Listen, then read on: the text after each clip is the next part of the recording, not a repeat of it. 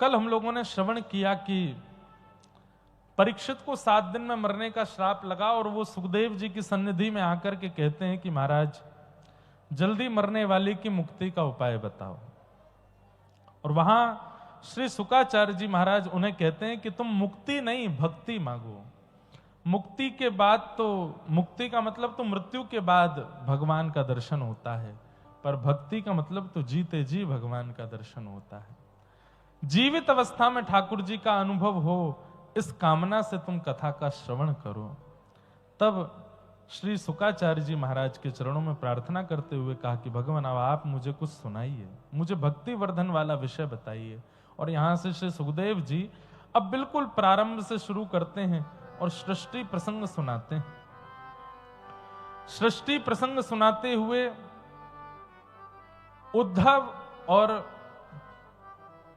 विदुर जी का संवाद और वहीं विदुर मैत्रेय का संवाद और संपूर्ण कथा का क्रम सुनाना प्रारंभ करते हैं। सृष्टि में सबसे पहले मानव रूप में मनु महाराज का आगमन हुआ, जिन्हें हम स्वयंभू मनु कहते हैं। सब लोग बहुत ध्यान से सुनिए। स्वयंभू मनु, हम लोग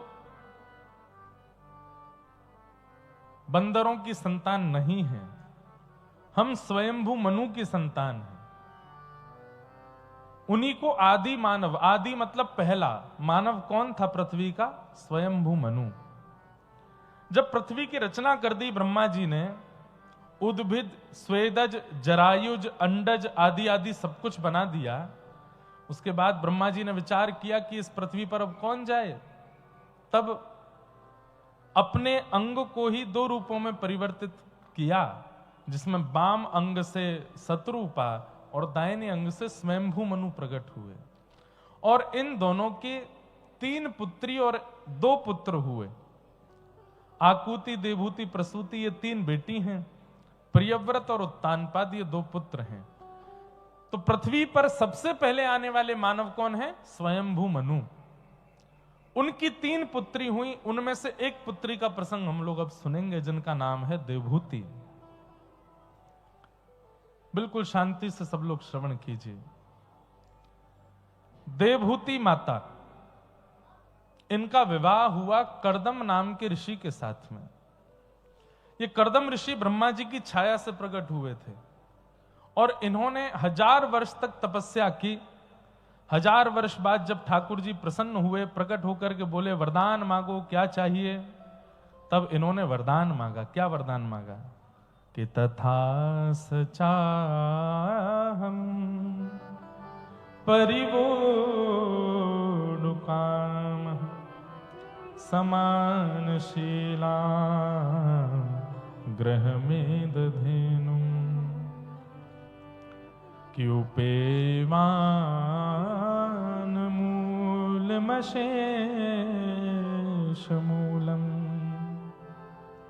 दुराशय काम दुदांघ्रिपश्य। बहुत सावधानी से सुनिएगा।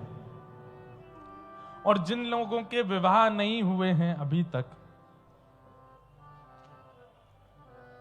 वो इस श्लोक को याद कर लीजिएगा और नित्य ठाकुर जी से यही श्लोक बोलना है। अब विवाह हो जाएगा इसकी गारंटी नहीं है, पर जिससे होगा वो अनुकूल होगा आपके। 1000 वर्ष तक तपस्या की स्वयंभू मनु ने, और स्वयंभू मनु की जब तपस्या से प्रसन्न होकर नारायण प्रकट हो गए शंख चक्र गदा पद्म धारण करके, तो कहा वरदान मांगो, क्या चाहिए? तब उन्होंने ये श्लोक कहा और कहा भगवान एक ही वरदान दीजिए। बोले क्या?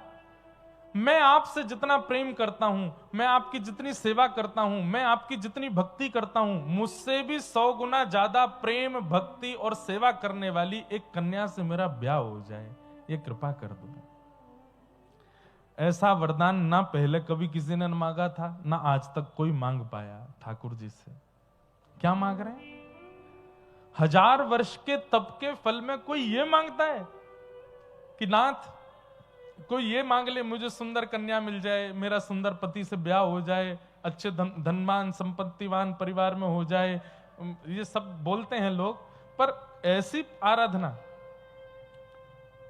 गौ के समान सीधी साधी और आपकी भक्ति करने वाली, आपसे प्रेम करने वाली एक कन्या से मेरा विवाह हो जाए, ये वरदान दे दीजिए। ठाकुर जी इतने प्रसन्न हो गए, बोले तुमने 1000 वर्ष की तपस्या इसलिए की थी? बोले जी नाथ। वाह, क्या समझ में आती है बात? आपने कई सत्संगों में सुना होगा, भगवान से पुत्र नहीं मांगना चाहिए, भगवान से पुत्री नहीं मांगनी चाहिए, भगवान से व्यापार घर बार बन जाए, ये सब नहीं मांगना चाहिए, भगवान से सब। लेकिन यहां एक बात सिद्ध हो गई, केवल पुत्र मत मांगो। ठाकुर जी से कहो कि नाथ भक्तिवान पुत्र प्राप्त हो, ठाकुर जी भक्तिवान पुत्री प्राप्त हो। करमेती बाई का नाम सुना है सबने? जैसे भक्तिमती मीराबाई हैं, ऐसी राजस्थान में प्रकट हुई करमेती बाई। करमेती बाई जी के प्रसंग में आता है कि उनके पिताजी ब्राह्मण कुल में थे, कथा आदि करते थे, संतान हुई नहीं, तो अपनी कुल देवी से हट करके गए कि मैं कुल देवी के पास जा रहा हूं, मुझे पुत्री की, मुझे संतान चाहिए, और अगर मुझे संतान का आशीष नहीं दिया तो मैं अपनी बलि चढ़ा करके आ जाऊंगा देवी के ऊपर। इस कामना से निकले तो मार्ग में ही एक सुंदर स्त्री का दर्शन हो गया। उस स्त्री को देख करके इनके पिताजी, करमेती बाई के पिताजी बोले कि तुम सामान्य तो नहीं हो, कौन हो? बोले मुझे नहीं पहचाने, मैं तुम्हारी कुल देवी हूं। तो तुरंत चरणों में गिर गए, बोले मां आप यहां प्रकट हो गए? बोले तुम क्या कह रहे थे कि अपनी बलि चढ़ा के आ जाओगे यदि मैंने तुम्हारी कामना पूरी नहीं की? बोले मां मैं क्या करता, आधा जीवन निकल गया विवाह के बाद, अभी तक संतान नहीं है, इसलिए मैंने हठ पूर्वक, गलती हो, क्षमा हो गई, मुझे क्षमा कर दीजिए, मैंने आपसे ऐसा कहा। बोले जाओ 4 पुत्र होंगे तुम्हारे। तब करमेती बाई के पिताजी ने हाथ जोड़ करके कहा, पुत्र होंगे अच्छी बात है, पर मेरी इच्छा तो एक पुत्री की है। जब पुत्री की, उस समय में कोई पुत्री नहीं मांगता था, भ्रूण हत्या हो जाती थी, स्त्रियां घर में जन्म लेती, बालिका तो उसके प्रति बड़ी दुर्भावना आदि रखते थे, और सब रहा ही है भारत में। ये भारत का इतिहास नहीं था ऐसा, ये मुगलों ने जब आक्रमण किया भारत के ऊपर, उसके बाद भय के कारण माता पिता की हम इसकी रक्षा कैसे करेंगे, इसलिए ऐसी धारणा बनती चली गई। क्योंकि मुगल आक्रांत घरों से उठा उठा करके ले जाते थे और माता पिता कुछ नहीं कर पाते थे। भारत की ऐसी कभी इतिहास नहीं रहा कि यहां पर स्त्री, माता, बालिकाओं का कभी भी जन्म सफल नहीं माना जा। यहां तो मांगा गया है कि हमारे यहां पुत्री हो जाए। तब इन्होंने वरदान में मांगा कि 4 पुत्र होंगे अच्छी बात है, लेकिन एक पुत्री हो, ये मेरा सौभाग्य होगा। तब मां इनकी कुलदेवी इतनी प्रसन्न हो गई, और प्रसन्न होकर के कहा, बोले मैंने बस इतना कहा था 4 पुत्र होंगे, उनका व्यवहार स्वभाव कैसा होगा मैंने ऐसा कुछ नहीं कहा था, लेकिन अब मैं वरदान देती हूं, 5 तुम्हारी 5वीं पुत्री होगी, और वो पुत्री इतनी भक्तिमय होगी, इतनी भक्तिवान होगी, इतनी शीलवान होगी, इतनी करुणावान होगी, उसका चरित्र व्यास मंचों से गाया जाएगा, और उसको दर्शन देने के लिए स्वयं साक्षात श्री योगेश्वर कृष्ण प्रकट होंगे और उसको अपनी पत्नी रूप में स्वीकार करेंगे। वरदान है मेरा। संतान की कामना नहीं करनी चाहिए, पर भक्तिवान संतान हो ये तो मांगना चाहिए कि नाथ या तो संतान हो नहीं, जननी जने तो भक्त जन के दाता की सूर, नहीं तो जननी बांझ रहे काय गवावे नूर। मां का तो सौभाग्य होगा, या तो वो देशभक्त को जन्म दे या ठाकुर जी के भक्त को जन्म दे। ये बिचले नहीं होने चाहिए घर में, जो ना भक्ति करते हैं, ना राष्ट्र की भक्ति से कोई मतलब, ना ठाकुर जी की, केवल पूरे दिन उड़ाने के लिए आए पिताजी का धन। ऐसे पुत्रों को जन्म दे करके तो मां की कुक्षी अपने आप को दुर्भाग्य मानती है। जननी जने तो भक्त जन, या तो राष्ट्र भक्त हो या ठाकुर जी का भक्त हो। इसलिए जो नव विवाहिता यहां बैठी हैं या जिनका विवाह जीवन में कभी होगा, ऐसे पति पत्नियों को या ऐसे स्त्री पुरुषों से हमारी प्रार्थना, नित्य ठाकुर जी से प्रार्थना करना विवाह के बाद। पहले तो ब्याह से पहले ही प्रार्थना करो कि जो मिले जीवन संगी वही भक्त हो, और जब वो भक्त मिल जाए तो फिर नित्य प्रार्थना करना कि संतान हो तो भक्त हो, या तो देश भक्त हो या आपका भक्त हो, सामान्य नहीं होना चाहिए। तो यहां इन्होंने कहा कि मेरे को ऐसी कन्या से मेरा विवाह हो जाए जो आपकी परम भक्त हो। तो ठाकुर जी इतने प्रसन्न हो गए कि ठाकुर जी की प्रसन्नता के कारण नेत्रों से अश्रुबिंद गिरने लगा, और प्रसन्न होकर के ठाकुर जी ने कहा, स्वयं करदम चिंता मत करो, इस पृथ्वी के प्रथम मानव स्वयंभू मनु की पुत्री है, उसका नाम है देवहूति, वो तुमसे भी ज्यादा मेरी भक्ति करती है, उसी से तुम्हारा ब्याह होगा। दुनिया के संबंध कराने वाले बिचौलिया अलग अलग होते हैं, पर करदम ऋषि के बिचौलिया ठाकुर जी हैं। ठाकुर जी आके बोल के गए, उसकी कन्या से ब्याह होगा तुम्हारा। और करदम ऋषि जाते जाते बोल रहे हैं, ठाकुर जी कब होगा ब्याह, ये और बता जाओ। ठाकुर जी बोले, कब करना है? बोले जल्दी से जल्दी करवा दो, बस 1000 साल तो निकल गए तपस्या में। ठाकुर जी बोले, परसों हो जाएगा, परसों ही होगा तुम्हारा ब्याह। लेकिन ठाकुर जी भी जाते जाते बोलने लगे, करदम एक बात और बोलो, पूछनी है। बोले क्या? तुमने मुझे नहीं मांगा, 1000 वर्ष की तपस्या के बाद तुम मेरी कामना भी तो कर सकते थे। बोले नाथ, आपको मांग लूंगा तो आपको देख लूंगा, देखने के बाद में एक समय आएगा नेत्र थक सकते हैं, मैं शरीर की कोई गारंटी नहीं लेता, एक समय आएगा कि मेरी आंखें थक सकती हैं, मेरे हाथ पैर आपकी सेवा में थक सकते हैं, पर आपको ना मांग करके एक भक्त जीवन साथी मांगूंगा, तो दोनों एक दूसरे के साथ में बढ़िया कीर्तन संकीर्तन कथा सुनकर के नित्य ऊर्जा में रहेंगे और नित्य आपकी भक्ति में हमारा वर्धन होता रहेगा। इसलिए नाथ मैंने भक्त जीवन साथी मांगा। ठाकुर जी जाते जाते बोले, सुनो भाई, हम तुमसे बड़े प्रसन्न हैं, तुमने एक वरदान मांगा, लेकिन एक हम अपनी तरफ से देना चाहते हैं। करदम ऋषि बोले क्या? बोले एक वरदान तुमने मांगा तो हमने दे दिया कि करदम ऋषि की स्वयंभू मनु की पुत्री से तुम्हारा ब्याह होगा, एक वरदान हम अपनी तरफ से दे रहे हैं। बोले क्या? तुम्हारे घर पुत्र बन के मैं ही आऊंगा, मैं ही तुम्हारा पुत्र बन के आऊंगा। करदम ऋषि तो नाचने लगे, बोले नाथ ये तो मैंने सोचा भी नहीं था, आपने मुझे दे दिया। बोले कि जब भक्त पत्नी और पति दोनों भजनानंदी मिल जाते हैं तो घर में पुत्र पुत्री नहीं, मैं ही आता हूं, मेरा ही जन्म होता है। लेकिन अनुभव की बात बता रहा हूं, हम लोग इतने घरों में गए हैं, दोनों भक्त हों बहुत कम देखा जाता है, पर कभी कभी दिख जाते हैं ना कि दोनों भक्त हैं, तो मन बड़ा प्रसन्न होता है कि पत्नी भी भक्त है, पति भी भक्त है। अब तो निश्चित इस घर में कल्याण है, ठाकुर जी आएंगे, और या ठाकुर जी आ चुके हैं, ठाकुर जी निवास ही कर रहे हैं। दोनों भक्त हों थोड़ा कम होता है, कहीं कहीं पति ज्यादा भक्त हैं, कहीं पत्नियां ज्यादा भक्त हैं।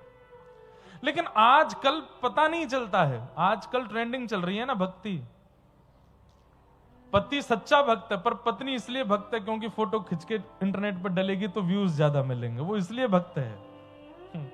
तो आजकल तो थोड़ा मुश्किल हो गया पहचान करना, पर भैया सात्विक दोनों यदि भक्त हैं, सात्विक भक्ति दोनों के अंदर है, तो ठाकुर जी आएंगे आएंगे आएंगे, निश्चित आएंगे।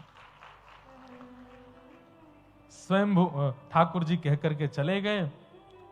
स्वयंभू मनु की पुत्री देवहूति के साथ में करदम ऋषि का विवाह हुआ, और विवाह के बाद अब प्रसंग तो बहुत बड़ा है, 9 पुत्रियों ने जन्म लिया। 9 पुत्रियों के बाद एक दिन करदम ऋषि को लगा कि मैंने तो ब्याह इसलिए किया था कि भक्ति वर्धन हो, ये तो बहुत बड़ा परिवार हो गया मेरा, 9 बेटियां। वन में जाने लगे, बोले कि देवी अब तुम संभालो बच्चों को, मैं तो वन में जाता हूं। बोले इनका ब्याह करके जाओ, पिता हो आप, पुत्र होते तो नहीं कहती, पर पुत्रियां हैं, ब्याह करके जाओ। तो 9 पुत्रियों का विवाह किया। बोले अब मैं जाता हूं वन में। अब बेटियां चली गई अपने घर, और शत्रु देवहूति माता अकेली रह गई, और यहां पर स्वयंभू ये करदम ऋषि कहने लगे मैं वन में जा रहा हूं। तो देवहूति माता बोली अब मैं अकेली मैं कहां रहूंगी, एक पुत्र होता तो उसके सहारे जी लेती। तब कर्दम ऋषि बोले, अरे भगवान ने अपना वचन नहीं निभाया, वो बोले थे कि पुत्र बन के आएंगे। तब दोनों ने कुछ समय का व्रत किया ठाकुर जी से प्रार्थना करके, और जब 10वीं संतान प्रकट हुई तो उसके रूप में साक्षात भगवान कपिल का प्रादुर्भाव हुआ। बोलो कपिल भगवान की। जिन कपिल भगवान की चरण रज इस पश्चिम बंगाल की भूमि को प्राप्त हुई है। कहां? गंगा सागर में। आज भी कहते हैं कि कपिल भगवान गंगा सागर में आज भी विराजमान है, और कोई परमनिष्ठ भक्त जाता है तो उसको आज भी अनुभव कपिल भगवान का हो जाता है। कपिल भगवान का जन्म हुआ, धीरे धीरे आप बड़े हुए, पिताजी वन में चले गए। देवहूति माता ने एक दिन कपिल भगवान, मां को पता था कि भगवान ही है, एक दिन ठाकुर जी के चरणों को पकड़ करके बोली, थोड़ी देर के लिए भूल जाइए कि मैं आपकी मां हूं, मैं भूल जाती हूं आप मेरे पुत्र हो, आप भगवान हो, मैं भक्त हूं, मेरे कुछ जिज्ञासाएं हैं, उनका समाधान करो। बहुत सुंदर प्रसंग है कपिल देवहूति संवाद। देवहूति माता ने पहला प्रश्न किया है ठाकुर जी से, क्या? कि निर्वेणा नितराम भूमल असद इंद्रिय तर्षणात् येन संभाव्यमानेन प्रपन्नाधम तम प्रभो। बहुत ध्यान से सुनिएगा। देखो, रसगुल्ला खाने का अधिकार तभी मिलता है जब आपकी शुगर लेवल कम हो। ठाकुर जी का जो जन्मोत्सव है ना, वो रसगुल्ला है, और ये जो कथाएं हैं ना, ये शुगर लेवल को कम करने की औषधियां हैं। ये ज्ञान परक कथाएं, वैराग्य परक कथाएं, इनको जरूर सुनिए ध्यान से, तभी ठाकुर जी का जन्म होगा हृदय में। इसलिए इन प्रसंगों में ऐसे मत हो जाए कि बड़ा कठिन है, बड़ा क्लिष्ट प्रसंग है, ज्ञान वर्धक है या वैराग्य वर्धक है। इनको सुनिए, बहुत कुछ प्राप्त होता है इन भावों से। और कल से तो रसगुल्ला, गुलाब जामुन, संदेश, ऐसी कथाएं हैं, ठाकुर जी की व्रज की लीला है। तो इसलिए आज थोड़ा ये ज्ञान परक भाव सुनिए। कितना सुंदर प्रसंग है। देवहूति माता कहती है, नाथ, मैं अपनी शरीर की समस्त इंद्रियों की इच्छा पूरी करते करते हार चुकी हूं, पर मेरी इच्छाएं पूरी नहीं हो रही हैं, और इनकी इच्छा पूरी करने के चक्कर में हम नरकगामी हो जाते हैं। कृपा करके ऐसा कोई उपाय बताओ कि शरीर की इंद्रियों की इच्छाएं समाप्त हो जाएं। हमारी इंद्रियां शांत नहीं होती। सिंदूर लगाने वाली कन्या से प्रमाणित होता है कि इसका विवाह हो गया है। ऐसी तिलक लगाने वाले, धोती पहनने वालों का भी प्रमाण होता है कि इनका भी राधा रमन जी से ब्याह हो चुका है। हे मोहन आओ तो सही, गिरधर आओ तो सही, माधव रे मंदिर में मीराबाई अकेली खड़ी।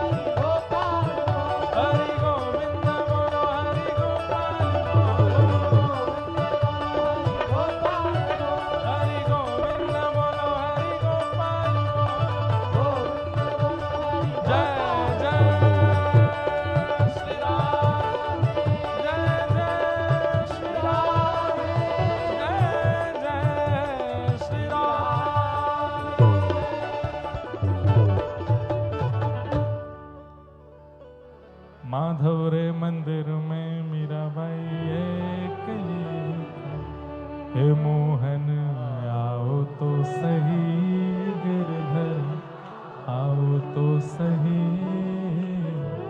माधव रे मंदिर में मीराबाई एक खड़ी। तो थे के वो तो सांवरा, मैं कंठहार बन जाऊं, किस लिए? अरे बैठ जाओ मैया, अरे बैठ जाओ, पहले रुक जाओ। तो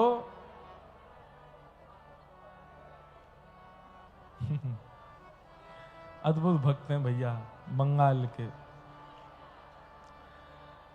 तो क्या बता रहा था मैं? हाँ, किस लिए बन जाएंगे हम कंठहार, किस लिए बन जाएंगे हम पग पायल, किस लिए बन जाएंगे हम मोर मुकुट? ताकि ठाकुर जी हमको स्वीकार करें। भाई एक बात बहुत ध्यान से सुनने वाली है कि हम सब संसारी लोग, हम बाल भी काटते हैं, भाई लोग दाढ़ी आदि भी बनाते हैं, माताएं बहनें और भी कुछ लगाती हैं मुखमंडल पर, और भी श्रृंगार। सबके पीछे कारण क्या है? सबके पीछे कारण किसी को रिझाना है, किसी को आकर्षित करना, या किसी को नहीं भी तो कम से कम सभा में हम चर्चा का विषय रहें। ये इतना ही रहे कि अच्छे लग रहे हो, चार लोग ये बोलते हैं अच्छे लग रहे हो।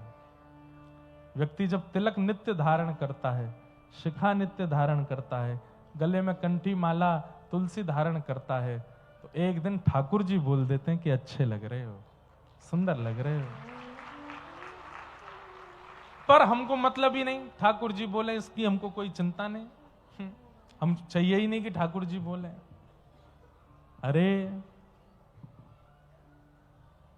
कुम्मन दास जी के चरित्र में आता है, मैं कथाओं में बताता हूं, कुम्मन दास जी इतने दीनहीन परिवार से थे कि उनके घर में शीशा तक नहीं था। वो अपना रूप भी नहीं, मुखमंडल भी नहीं देख पाते थे। वो नित्य जो तिलक स्वरूप भी लगाते थे तो एक कठौते में जल भर के अपनी छाया देखते थे, और छाया देख करके, जल में छाया देख करके अपना स्वरूप बनाते थे। क्यों? घर में इतनी विषमता। एक दिन गैया का जो बछड़ा होता है वो कठौते का जल पी गया, और कुम्मन दास जी सुबह सुबह अपनी, उनकी एक भतीजी थी, उससे बोली, अच्छा उस कठौते के जल का नाम ही उन्होंने आरसी रख दिया। आरसी मतलब शीशा, आरसी। तो अपनी भतीजी से बोले, अरे सुनो लाली, हमारी आरसी लेके आओ, तिलक स्वरूप लगाना है, आसन लेकर के आओ, आरसी लेके आओ। तो आसन के नाम पे जो हम कपड़े का लगाते हैं, आसन भी उनका ये नहीं था, घास फूस का आसन था। तो उनकी भतीजी बोली, चाचा जी आसन तो पड्डा खा गया और आरसी पी गया, क्योंकि आसन के रूप में घास फूस ही है और आरसी के रूप में जल ही है। तो ठाकुर जी को इतनी दया आई कुम्मन दास जी पे कि इतना दीन है मेरा कुम्मना, इतना सामान्य, फिर भी मेरा नित्य भजन गाता है। ठाकुर जी प्रकट हो गए। आते ही थे कुम्मन दास जी के पास, छोटे से लाला बन के आते थे ठाकुर जी, और किसी को नहीं दिखते थे परिवार में। ठाकुर जी आए गए, अरे कुम्मना तेने तिलक नहीं लगायो आज? गिरिराज जी के पास में ही गांव था कुम्मन दास जी का। कुम्मन दास जी बोले, कहा बताऊं जय जय, अब मुखमंडल कहां देखूं, आरसी तो पी गयो बछड़ा। तो ठाकुर जी बोले, आज तेरी आरसी मैं बन जाऊंगा, तू तिलक लगा। और श्री कुम्मन दास जी अपने हाथ से तिलक लगा रहे हैं, और ठाकुर जी बता रहे हैं दिशा। ठाकुर जी कह रहे हैं, हाँ नेक नेक और दाएं ले, नेक दाएं ले, हाँ अब धर दे, अब खींच ले ऊपर, है लग गो, कितना सुंदर लग रहा है। अब यहाँ नीचे तो नेक घुमाए दे, अब दूसरी तरफ खींच ले। हाँ अभी पीरो चंदन भी लेके आया हूं मैं तेरे काजे, या कुने एक एक पत्रावली बनाए ले अपनी। ठाकुर जी आरसी बन गए कुम्मन दास जी की। कुम्मन दास जी ने पद गा दिया, तू है सखी बड़ भाग्य बड़ी, नंदलाल तेरे घर आवत हैं, तू अपनो श्रृंगार करत है, तू अपनो श्रृंगार दर्पण हाथ दिखावत हैं, दर्पण हाथ दिखावत है। तू है सखी बड़ भाग बड़ी, नंदलाल तेरे घर आवत हैं। तू है सखी बड़ भाग बड़ी, गोपाल तेरे। एक बात कहें, जो लोग तिलक रोज नहीं लगाते, वो जब नित्य तिलक लगाने वालों को देखते हैं तो उनको मन में ऐसा आता है ये स्केल से खींच के आते होंगे, ऐसे कितनी सीधी लाइन आई है इनकी। और जो लोग तिलक रोज नहीं लगाते, वो जब तिलक लगाने जाते हैं तो ऐसे कहीं उल्टा सीधा, कभी यहां से टेढ़ा, कभी इधर से टेढ़ा, कभी कहीं से मोटा, कहीं से पतला। भैया वास्तव में जो नित्य तिलक लगाते हैं, अब हम श्री लगाते हैं, एक बार में सीधी आती है, ना कुछ इधर उधर कुछ नहीं देखना पड़ता। ये स्वरूप इतना सटीक कैसे लग जाता है? क्योंकि प्रारंभ में आप लगाते थे, धीरे धीरे पर ठाकुर जी लगाने लग जाते हैं। ठाकुर जी ही आपके हस्तकमल में बैठ के आपका स्वरूप बनवाते हैं। ये स्वरूप ठाकुर जी करवाते हैं। तत्परता देखा कि जो नित्य तिलक लगाने वाले जब तिलक लगाते हैं, उनकी तत्परता, आंखों की पलकें भी नहीं झपकते, बिल्कुल ऐसे आरसी में देख करके बिल्कुल सीधा।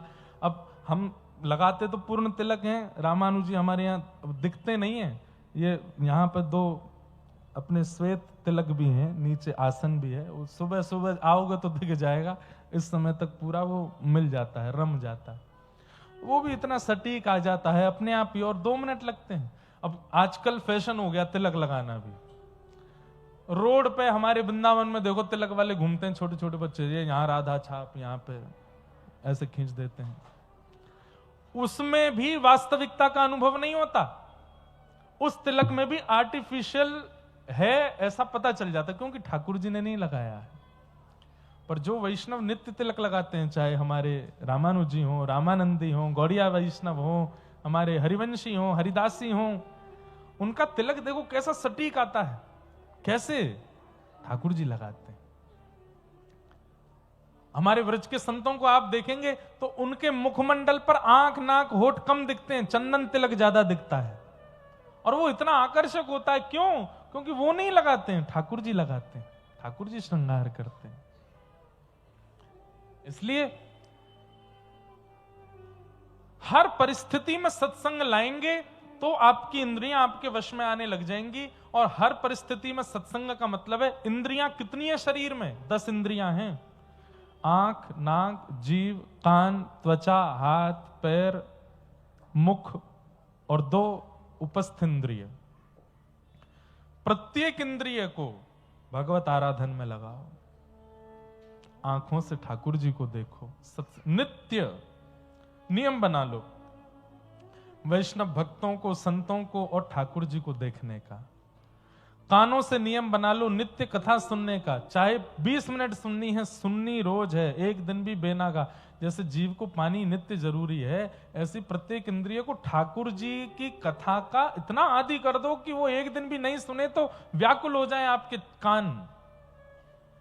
नेत्रों से दर्शन, कानों से श्रवण, नासिका से ठाकुर जी के चरणों की सुगंधी, जिह्वा से ठाकुर जी का प्रसाद, हाथों से ठाकुर जी के कीर्तन में करताल या मंदिर की सेवा, चरणों से प्रदक्षिणा या फिर नृत्य, त्वचा से ठाकुर जी के श्री अंग का या ठाकुर जी के पुष्पों का स्पर्श।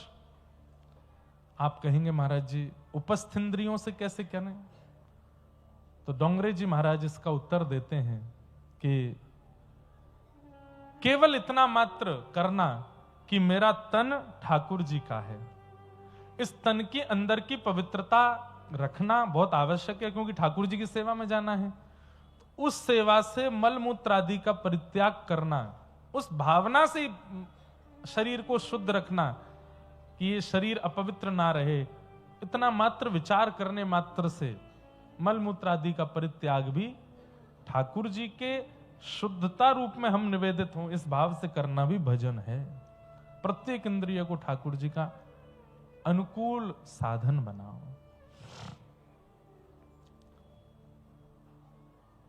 मैया ये जो इंद्रियां हैं इनको आप खल मत बोलो। मैया इन इंद्रियों को आप दूषित मत बोलो। कपिल भगवान कह रहे हैं, बोले क्यों? बोले ये इंद्रियां हैं तो मैं मिल सकता हूं, इंद्रियां नहीं होंगी तो मेरा दर्शन कैसे होगा? इंद्रियां नहीं होंगी तो मेरा श्रवण कैसे होगा? इंद्रियां नहीं होंगी मेरी प्रदक्षिणा कैसे होगी, मेरी सेवा कैसे होगी? यही इंद्रियां पापगामी बना देती हैं, हमको नरकगामी बनाती हैं। पर यह भी तो विचार करो कि यह इंद्रियां ही हैं जिनसे मेरी प्राप्ति होती है। इसलिए मैया इन इंद्रियों को जितना मेरी सेवा में लगाओगे उतना इन इंद्रियों से पाप कर्म कम होगा, इच्छाएं सामान्य होती चली जाएंगी। अब आप एक बात सोचो, अरे तिलक नित्य लगाते हैं, इसका बहुत बड़ा प्रभाव है। दूषित व्यक्ति, दूषित वस्तु आपके समीप आने में डरेगा। ये भाई तिलक लगा हुआ है माथे पर, आपका वस्त्र आवरण, शिखा और ये सब कुछ, यही बहुत अराजक तत्वों को आपसे दूर कर देता है। तो सब चीज में सत्संग। माता जी ने अगला प्रश्न किया, बोले संग किसका करना चाहिए? आप कह रहे हो सत्संग करो, पहचान क्या है कि सत्संगी कौन है? किसका संग करूं मैं?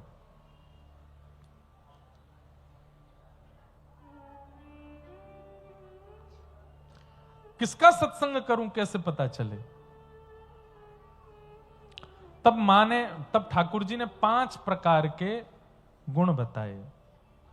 ये ध्यान से सुनना, 5 लक्षण, ये जिनमें हो उनका संग करो। कौन कौन से लक्षण हैं? तितिक्षवः कारुणिका श्रुहृदः सर्वदेहिनां अजात शत्रवः शांता साधव साधुभूषणा। ये 5 लक्षण जिसमें हो उसका संग कीजिए। सबसे पहला लक्षण है तितिक्षवः, यानी कि सहनशीलता। सहनशीलता। कारुणिका, दूसरा लक्षण है करुणा, यानी कि दया। तीसरा लक्षण है श्रुहृदः, सबका हित चाहने वाला। अजात शत्रवः, चौथा लक्षण है किसी से शत्रुता ना रखने वाला। और 5वां और अंतिम लक्षण है मौन रहने वाला, कम बोलने वाला। ये 5 लक्षण जिसमें हो मैया उसका संग करो। दोबारा सुनिए, सहनशील, दयावान, सबका हित चाहने वाला, किसी से शत्रुता ना रखने वाला और शांत रहने वाला।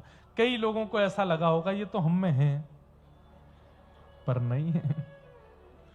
ये 5 लक्षण मैं कह सकता हूं कि इस पंडाल में मुझसे पीछे तक 5 लक्षण, हाँ एक आध हो सकता, 5 लक्षण मुझसे पीछे तक एक में भी नहीं है।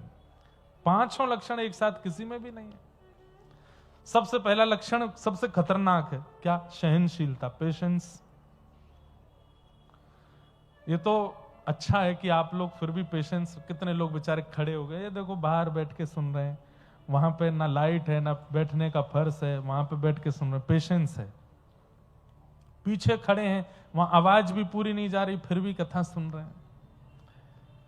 पेशेंस लेवल इस कथा के चारों तरफ पंडाल में एक लेवल तो है, पर यह भी कई लोगों में नहीं है। सहनशीलता। और सहनशीलता का सबसे बड़ा प्रमाण बताएं, व्यक्ति का दोष उसके मुंह पे बोल दो, पता चल जाएगा कितना सहनशील है। तितिक्षव। दूसरा लक्षण है कारुणिका, दया। दया भी हमारे चित्त में नहीं है, करुणा नहीं है चित्त में। दया का भी केवल और केवल एक आडंबर जैसा ही है हम लोगों में। तितिक्षव, कारुणिका। तीसरा लक्षण है श्रुहृदः सर्वदेहिनां, सबका हित चाहने वाला। यह भी हमारी भावना नहीं है।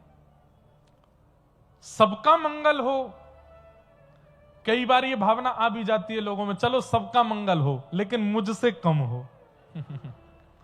सबका मंगल हो पर मेरा ज्यादा हो। कई धनी मानी लोगों में सबके मंगल की कामना आ जाती है। चलो भाई, नगर का मंगल हो, हमारी कॉलोनी का मंगल हो, हमारे फ्लैट वालों का मंगल हो, हमारी सोसाइटी वालों का मंगल हो, लेकिन मुझसे कम हो। तो ये दया कैसी? दया तो सुहृदः सर्वदेही नाम तो उसको कहते हैं जो स्वयं कहीं ना कहीं व्यवस्था में कटौती कर ले, लेकिन बाकी सबको उचित व्यवस्था दे दे, वो है। और चौथा लक्षण होता है अजात शत्रवः, किसी के प्रति शत्रुता ना रखने वाला।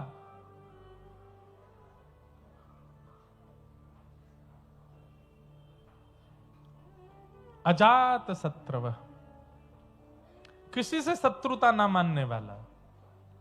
ये ऐसे लोग भी बहुत कम हैं। कोई ना कोई शत्रु तो सबका है। और अंतिम लक्षण शांता, मौन रहने वाला, कम बोलने वाला। ये तो कथा की कृपा है कि आप 3 घंटा मौन रहते हो, नहीं तो भगवान श्री कृष्ण गीता में कहते हैं कि अर्जुन, संसार में सबसे कठिन 2 काम कौन से? बोले पहला, बिना किसी की मदद लिए स्वयं नए ग्रंथों को पढ़ना, नई किताब को पढ़ना, अध्ययन स्वाध्याय सबसे कठिन। और दूसरा सबसे कठिन काम, मौन रह करके दूसरे को सुनना, बहुत कठिन। हम लोग सुनाना चाहते हैं, सुनना नहीं चाहते। आपको पता, हमारा एक नियम है, हम कथा से पूर्व और कथा के बाद 1-1.25 घंटा नहीं बोलते। 1-1.25 घंटा भी कम है, और ज्यादा बढ़ाना चाहिए हमको। और ये मौन का ही थोड़ा बहुत प्रभाव होता है कि 3 घंटे में एक आध बात कोई अच्छी आ जाती है मुख से। व्रत भी 2 ही होते हैं, अन्न का व्रत और मौन व्रत। मौन, हमें ऐसा लगता है कि जो 5 लक्षण आपने सुने, तितिक्षवः, कारुणिका, सुहृदः, सर्वदेहिनाम, अजात शत्रवः, ये 4 लक्षण थोड़े कठिन हो सकते हैं, लेकिन यदि व्यक्ति मौन रहना शुरू कर दे तो ये 4 लक्षण धीरे धीरे उसके अंदर आ जाएंगे। ये 5 लक्षणों से युक्त जो हो मां, उसका संग करना चाहिए। उसके संग से क्या होगा? त एते साधवः साध्वी सर्वसंग विवर्जिता संगस्ते स्वतति प्रार्थ्य संग दोष हराहते सताम प्रसंगा मम वीर संविदो भवन्ति हत्कर्ण रसायनम कथा तज्जोषणादा स्वपवर्ग वर्त्मनि श्रद्धारत भक्ति अनुक्रमिष्यति। बहुत सुंदर भाव। ठाकुर जी कहते हैं, मैया ऐसे 5 लक्षणों से युक्त कौन होंगे? बोले मेरे भक्त ही हो सकते हैं जिनमें ये 5 लक्षण आपको मिल जाएंगे। उनका संग करने लग जाओ। उनके संग से क्या होगा? बोले उनके संग से मेरी कथा और मेरी वार्ताएं जब होने लग जाएंगी, मेरी सेवा दिखने लग जाएगी, तो फिर धीरे धीरे इंद्रियां वश में होती चली जाएंगी। उनके प्रति श्रद्धा, रत्ती, भक्ति सब कुछ जब नियमित रूप से होने लगेगा तो वे ही मेरी प्राप्ति कराने में सहायक बन जाएंगे। इस प्रकार मैया ने अनेक प्रश्न किए। सब प्रश्नों का ठाकुर जी ने विविध प्रकार से उत्तर दिया। अष्टांग योग क्या क्या है उसके बारे में बताया। जैसे शरीर जब अव्यवस्थित होता है तो शरीर की कई मुद्राएं हैं। अनुलोम विलोम है, और कौन सा है? कपालभाति है, और कौन सा है? बहुत सारे हैं योग। जैसे शरीर अव्यवस्थित होने पर शरीर के योग होते हैं, ऐसे ही मन के अव्यवस्थित होने पर मन के भी 8 योग हैं। मन के 8 योग। और ये मन के 8 योग कौन कौन से? यम, नियम, आसन, प्राणायाम, प्रत्याहार, ध्यान, धारणा और समाधि। ये 8 योग हैं। इनमें सबसे पहला योग क्या है? ध्यान से सुनिए, आज आपको योगी बना ही जामे हम। सबसे पहला, जो लोग कहते हैं महाराज जी मन नहीं लगता, हमारा मन बहुत विचलित रहता है, मन एक जगह स्थिर नहीं होता, मन हमारा वहां चला है। और सबसे ज्यादा मन विचलित ही होता है जब भजन करने बैठते हैं। सबसे ज्यादा मन विचलित ही तभी होता है। तो मन को एकाग्र करने का क्या तरीका है कि मन आपका एक जगह लगे, दोबारा कभी भटके ना। तो इसके ये 8 योग हैं, ध्यान से सुनना। सबसे पहला यम। यम का मतलब क्या होता है? इंद्रियों का दमन। मतलब आपकी कोई इच्छा प्रकट हुई और उस इच्छा की तीव्रता आ गई, फिर भी आप उस इच्छा को पूरी ना करो, सहते रहो सहते रहो सहते रहो और उस इच्छा को पूरी ना करो, इसको यम कहते हैं। जीव ने कोई इच्छा प्रकट की, कानों ने कोई इच्छा प्रकट की, त्वचा ने कोई इच्छा प्रकट की, नेत्रों ने कोई इच्छा प्रकट की, और उस इच्छा के प्रकट होते ही आपने मन बना लिया कि ये पूरा करना ही नहीं है मुझे, ना नहीं दिलाऊंगा। यम, इसको यम कहते हैं। प्रारंभ यहीं से होगा।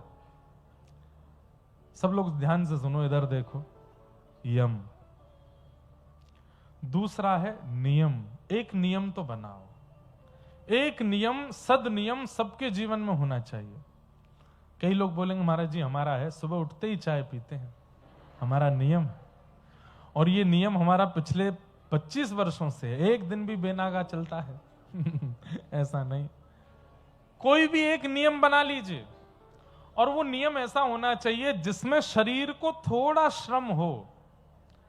मॉर्निंग वॉक नहीं, जिम नहीं, चाय नहीं, आदि आदि ये सब नहीं। ठाकुर जी से संबंधी एक नियम बना लीजिए, और उस नियम में थोड़ा सा आपको मतलब जैसे श्रम करना पड़े, ऐसा कोई नियम हो। हम कह रहे हैं जैसे 11 दंडवत का नियम ले लिया आपने, मैं 11 दंडवत किए बिना जाऊंगा नहीं, और फिर लगे महाराज सुबह सुबह उठ करके, और 11 दंडवत भी ऐसी नहीं, ऐसी सीधे बिल्कुल हो करके, जैसे दंडवती परिक्रमा लगाते हैं ऐसे एक बार हाथ आगे करके, फिर सर्वांगण अंग से, माताएं साष्टांग करें 6 अंगों से, और भाई लोग जो हैं वो दंडवत करें बिल्कुल सीधी। 11 दंडवत का नियम ले लिया। अब ये नियम टूटना नहीं चाहिए, चाहे दुनिया इधर से उधर हो जाए। अब इसमें आप हमको किसी भी प्रकार का बहाना नहीं लगा सकते, महाराज जी सूतक है पातक है। सूतक पातक में भी दंडवत हो सकती है। शरीर स्वस्थ नहीं है तो भी आप लेटे लेटे इधर उधर लेटे बेड पे पड़े, उससे बढ़िया दंडवत कर लो नीचे आके। 11 दंडवत का नियम ले लो। ये तो मैंने बताया, आप अपने आप सोचो, कोई भी एक नियम बना लीजिए, और उस नियम को करना ही करना है, चाहे भूकंप आ जाए दुनिया में।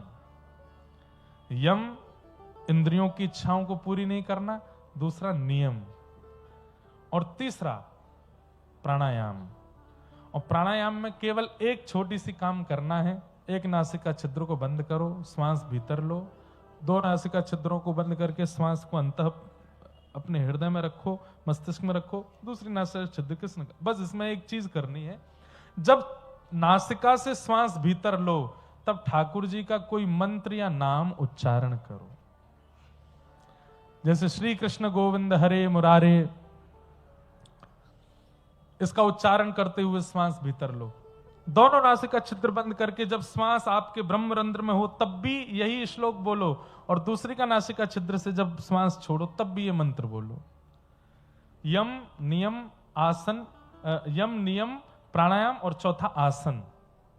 एक आसन पर ज्यादा देर बैठने का नियम बनाओ। वो आसन कुर्सी आसन नहीं होना चाहिए, एक आसन होना चाहिए। और ये सबसे बढ़िया आसन है सुख आसन। सुख आसन में बैठने का अभ्यास आपका बन गया तो अर्ध पद्मासन। अर्ध पद्मासन किसको कहते हैं? एक पैर ऐसे ऊपर करके, ये अर्ध पद्मासन। और पूर्ण पद्मासन दोनों पैर ऊपर, तलवे ऊपर की तरफ हो। ऐसे एक आसन पर बहुत देर बैठने का नियम बनाओ। यम नियम आसन प्राणायाम, और 5वां प्रत्याहार, आहार की शुद्धि। कहीं भी पीना नहीं है और कहीं भी खाना नहीं है। ठाकुर जी को जो निवेदित हुआ वही पान करना है, ठाकुर जी को जो निवेदित हुआ वही खाना है। ये 5 नियम अगर आपने बना लिए, इन 5 नियमों को यदि आपने धारण कर लिया, तो बाकी के जो 3 नियम है वो आपको करने नहीं पड़ेंगे, अपने आप आपके पास आ जाएंगे। और वो 3 नियम कौन से हैं? ध्यान, धारणा और समाधि। यहां ध्यान ही नहीं लग पाता, समाधि तो बहुत ऊंची बात है। मन, अब चलो 5 मिनट के लिए आंख बंद कर लो, आपको क्या दिखेगा? विषय ही दिखेगा, निश्चित है संसार का विषय ही दिखेगा। क्यों? क्योंकि अंतःकरण पवित्र नहीं है। तो ये अष्टांग योग में 5 चीजें आपको करनी है, यम नियम आसन प्राणायाम प्रत्याहार। ये 5 आपने किए तो 3 अपने आप आएंगे, ध्यान, धारणा और समाधि। और ये 8 होते ही अष्टांग योग होगा। आप बैठेंगे 1 मिनट के लिए आंख बंद करके और कब 8 घंटे हो जाएंगे आपको पता नहीं चलेगा। बैठे बैठे पूरा दिन निकला करेगा। तो ये क्या हो गए अष्टांग योग। समय क्या हुआ? अरे वाह, चलो अब आगे चलते हैं, ठाकुर जी के जन्मोत्सव की ओर भी जाना। इतने सुंदर सुंदर प्रसंग हैं। अब यहाँ पे देवहूति माता ने पूछा कि आपके कितने प्रकार के भक्त होते हैं और आपको उनमें से कौन से प्रिय होते हैं। तब भगवान ने यहाँ 4 प्रकार के भक्त बताए हैं। कौन कौन से? राजस, तामस, सात्विक और निर्गुण। और इन चारों के लक्षण बताए हैं। अब मैं जल्दी जल्दी बताता हूं। तामसी भक्त कौन से होते हैं? जो देवी आराधना, देव आराधना, भगवान की आराधना केवल और केवल किसी और को घटाने के लिए करते हैं कि वो बहुत आगे निकल गया है, उसका काम वाम सब बंद करवाओ। मतलब तंत्र मंत्रों के आदि उससे किसी के ऊपर तंत्र करा दिया, किसी पे कुछ बंधवा दिया, किसी के कुछ होते होंगी ऐसी चीजें, किसी पे प्रेत छुड़वा दिए पीछे। ये तामसी भक्त हैं। जो देवी आराधना, देव आराधना, शास्त्रों की आराधना केवल और केवल दूसरे के प्रति हिंसा की भावना से करते हैं, ये तामसी भक्त हैं। दूसरे होते हैं राजस भक्त। राजस भक्त कौन से हैं? बोले इनकी मांगने की लिस्ट ही खत्म नहीं होती, केवल मांगने ही आते हैं भगवान के पास। ये दे दो, वो दे दो, ऐसा करा दो, ये करा दो, ये ऐसा हो जाए, वैसा हो जाए, हमारा ये वाला काम बन जाए, हमारा वीजा लग जाए, हमारे बेटे का ब्याह हो जाए, पत्नी ऐसी हो जाए, पति का दिमाग ठीक हो जाए, आदि आदि। केवल और केवल ऐश्वर्य और संसार मांगने के लिए जो मेरे पास आते हैं, इनको मैं राजस भक्त कहता हूं। तामस, राजस और सात्विक। सात्विक भक्त कौन से होते हैं? बोले कि ये कुछ मांगने नहीं आते, पर ठाकुर जी से कहते हैं जो चल रहा है ये चलता रहे, कृपा है तो कृपा बनी रहे। ये कृपा भी जानी नहीं चाहिए, नाथ आप अपनी कृपा बनाए रखना बस। लेकिन मां मुझे ये तीनों प्रिय नहीं है, ना सात्विक, ना राजस, ना तामस। मुझे जो प्रिय हैं वो कौन से हैं? तब भगवान कहते हैं चौथे। और चौथे कौन से हैं? बोले निर्गुण। निर्गुण भक्त का लक्षण क्या है? निर्गुण भक्त का लक्षण क्या है? तब भगवान कह रहे हैं लक्षणम भक्ति योगस्य निर्गुण शहदाहतम अहैतुक्य व्यवहिताय भक्ति पुरुषोत्तम। जिसमें भक्ति योग के लक्षण होते हैं और जो मेरी अहैतुकी भक्ति करते हैं। अहैतुकी भक्ति मतलब न विच्छिन्न होने वाली भक्ति, चाहे जो हो जाए जीवन के साथ, लेकिन ठाकुर जी के प्रति विश्वास डगमगाता नहीं है, इनको अहैतुकी भक्त कहते हैं। और अहैतुकी भक्ति करने वाले मां ये मुझे बहुत प्रिय हैं। और ये कैसे होते हैं? मन ना रहे 10-20। व्रज की गोपियां, उद्धव जी आए हैं और उद्धव जी से कह रही हैं उद्धव क्या समझाने आए हो? बोले मैं ये समझाने आया हूं कि तुम जिसमें मन लगा के बैठी हो वो परम पुरुषोत्तम परमात्मा श्री कृष्ण हैं, वो भगवान हैं, वो 1 या 10-20 गोपियों के नहीं हैं, वो पूरे चराचर ब्रह्मांड के हैं, वो जल की मछलियों के भी हैं, वो आकाश के पक्षियों के भी हैं, वो जीव जंतुओं के भी हैं, वो अकेले आपके नहीं हैं। क्या करें तो? बोले अपना मन उनसे हटा के कहीं और लगाओ। तब गोपियां हंस करके बोलती हैं मन ना रहे 10-20 एक हतो सो गयो श्याम संग को आराधे कोई मन ना रहे 10-20 हे मन ना रहे 10-20। इस वर्ष में अभी ढूंढ रहा हूं कोई कथा ऐसी साल भर में मुझे लगेगी जो लगेगा कि स्थान, आयोजक सब कुछ वैसा है तो 7 दिन केवल ये व्रज के जो उद्धव और गोपियों का संवाद है, केवल इसी पे ही कथा हो। लगेगा कोई ऐसी जगह लगेगी तो मैं जरूर इस विषय को उठाऊंगा। केवल 7 दिन यही विषय चले, वो उस विषय में श्रोता भी वैसे ही चाहिए जिनके पास नेत्रों में नीर बहुत हो। क्यों? क्योंकि रुकेंगे नहीं, इतना अद्भुत प्रसंग है। मन ना रहे 10-20 रे, मन ना रहे 10-20, एक हतो सो गयो श्याम संग, एक हतो सो गयो श्याम संग, को राधे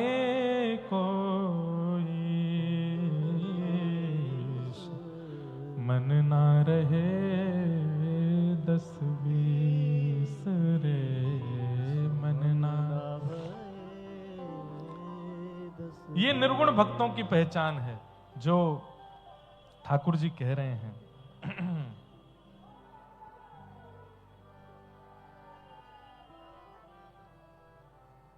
वाह, सूरदास जी का सुंदर पद है। पूरा पद हमें मिल नहीं रहा, नहीं तो गा के पूरा सुनाते। छोड़ो। व्रज की गोपियां जिनका एक ही मन है और वो भी ठाकुर जी को दे चुकी हैं,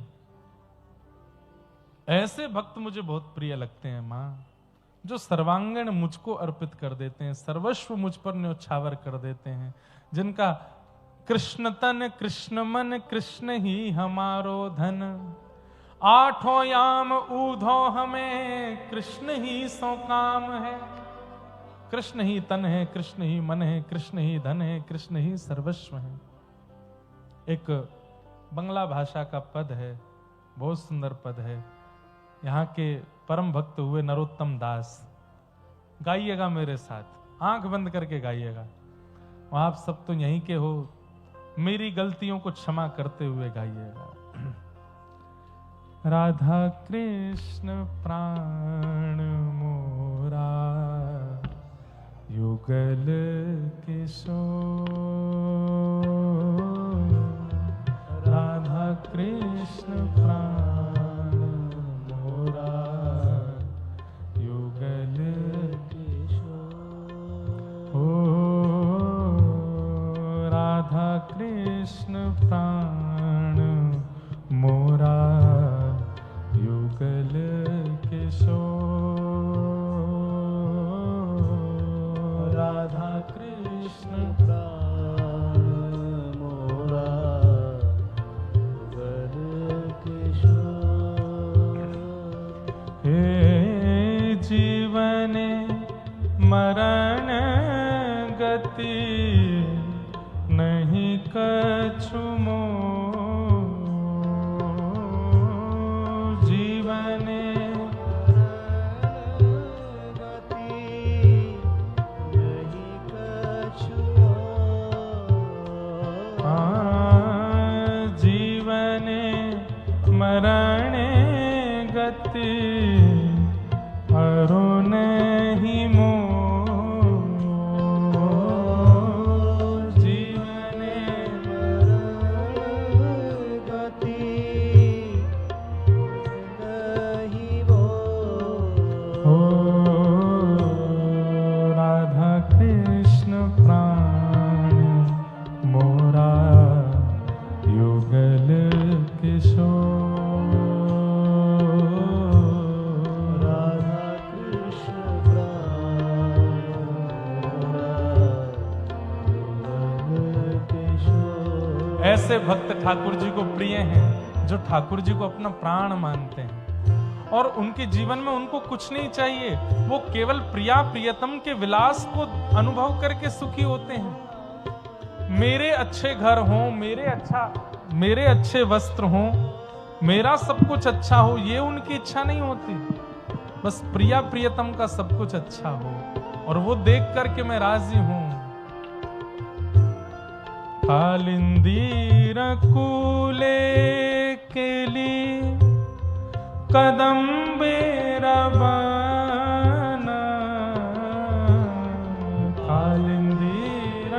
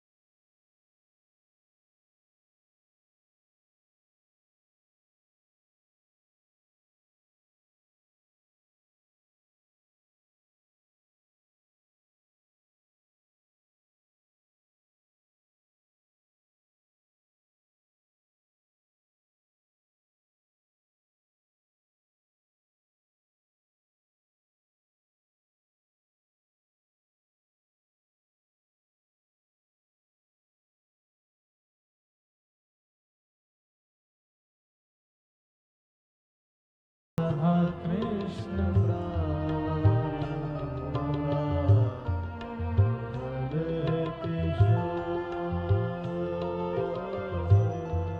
राधा कृष्ण प्राण मोरा जुगल किशोर राधा कृष्ण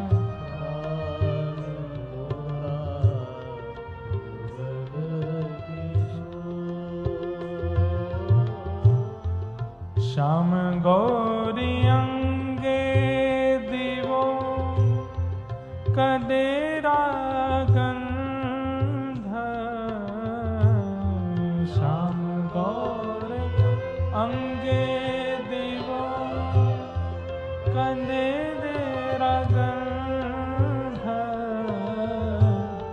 श्याम गौर अंगे दिवो कंदे नेरा गंध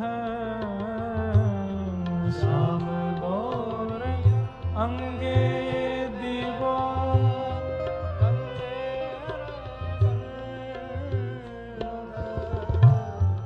कमरा धुलावो कबे हरिमुख चंद्र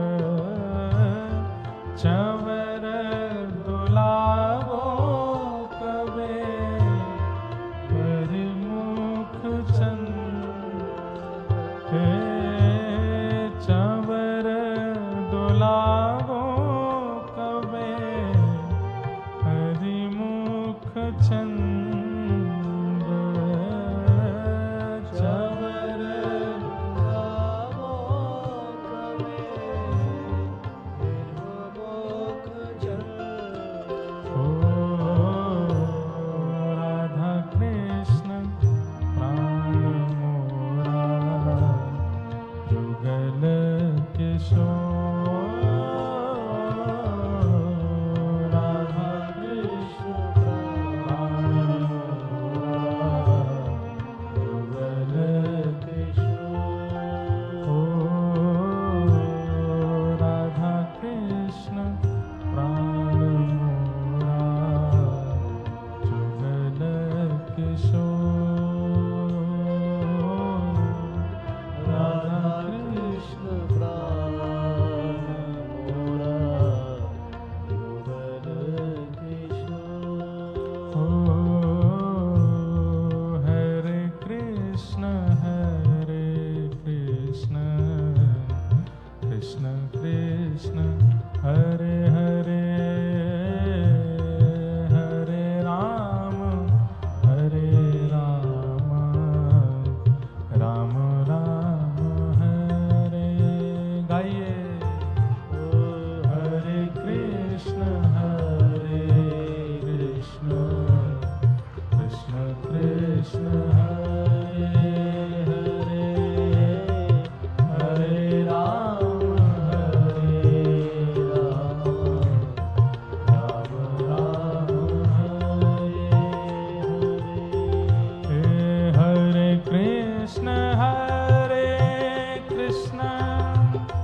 कृष्ण कृष्ण हरे हरे, हरे राम राम राम हरे हरे, हरे कृष्ण कृष्ण कृष्ण हरे हरे, हरे राम राम हरे हरे,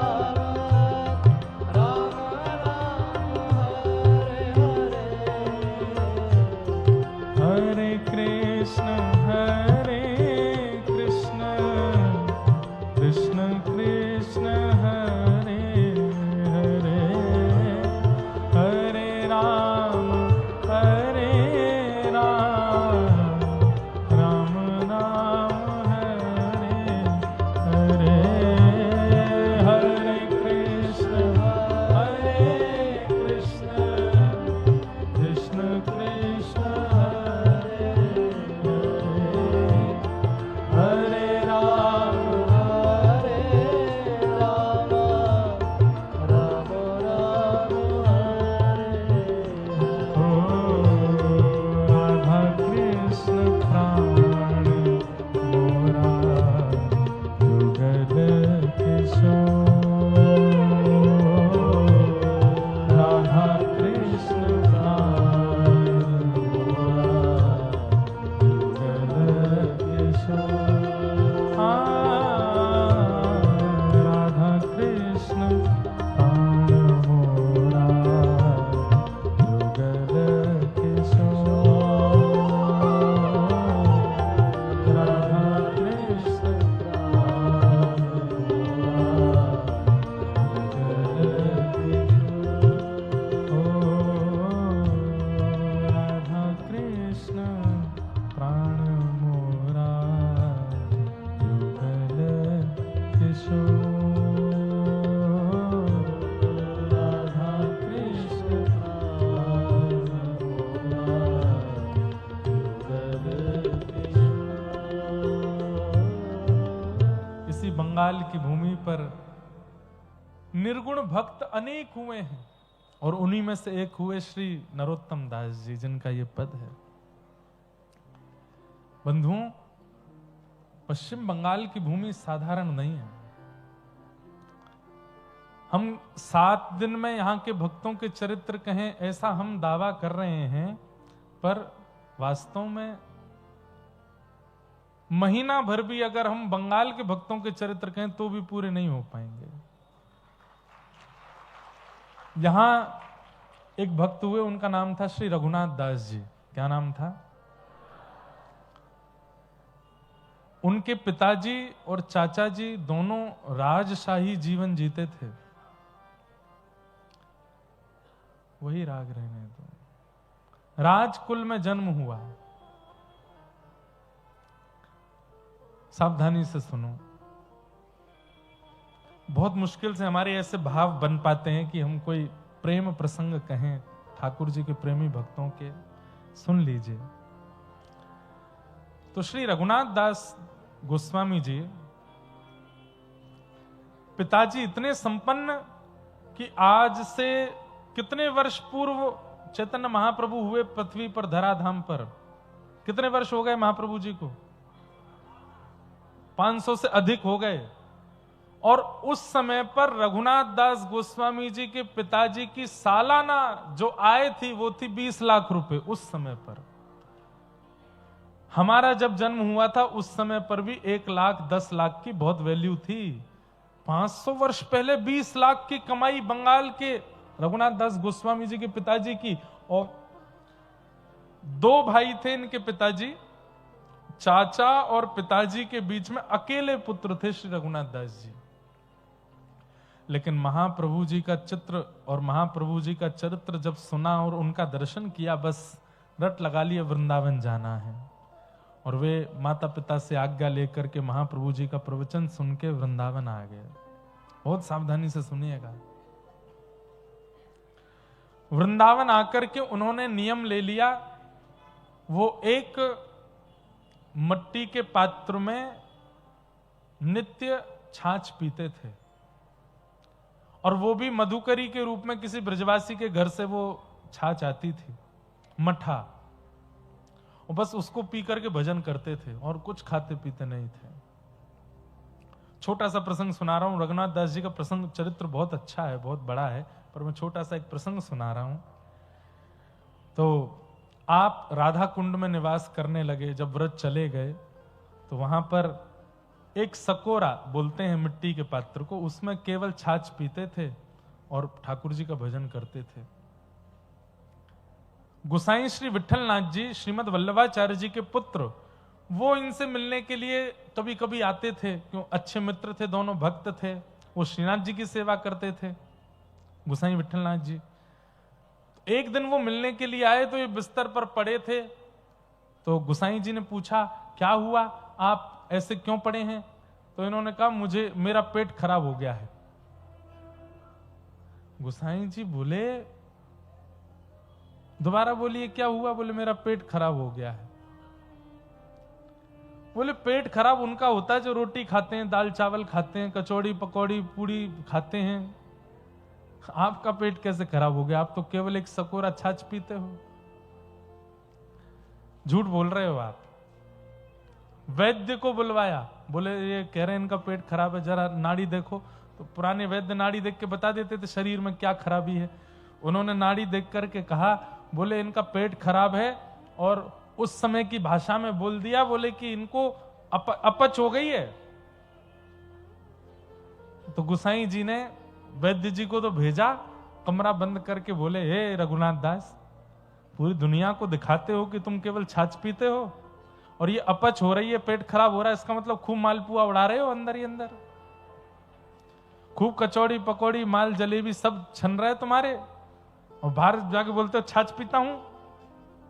क्यों ऐसा करते हो? हम तो तुम्हारे मित्र हैं, हमको तो सत्य बताना था। रघुनाथ दास जी के नेत्र सजल हो गए।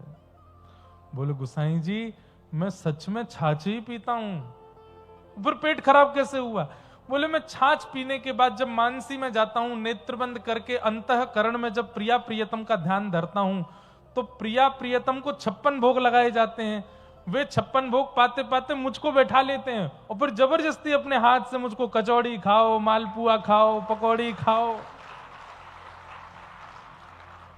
कल रात में गिरिराज जी के किसी वैष्णव ने 56 भोग लगाए, तो मैं तो गया था ध्यान करने के लिए। जैसे ही ध्यान में प्रिया प्रीतम को देखा, दोनों ने एक, श्री जी ने एक हाथ पकड़ा, ठाकुर जी ने एक हाथ पकड़ा, बैठो बाबा हमारो पेट तो भर गो, अब तुम खाओ। और दोनों ने खूब भर भर के मुंह को खवाया। मैंने कही अरे श्री जी मैं छाछ पीवे वारो, एक सकोरा छाछ पीऊं, मेरे पेट में इतनी जगह ना है। जबरदस्ती श्री जी तो मान गई, या लाला ने ठूस ठूस के खवाया मुंह को, आवाज से मेरो पेट खराब है गयो। गोसाई जी के नेत्र सजल हो गए कि ये मानसी में चिंतन जो करते हैं, वो चिंतन इनके प्रत्यक्ष शरीर में लग रहा है। इसका मतलब सोचो किस अवस्था के हैं।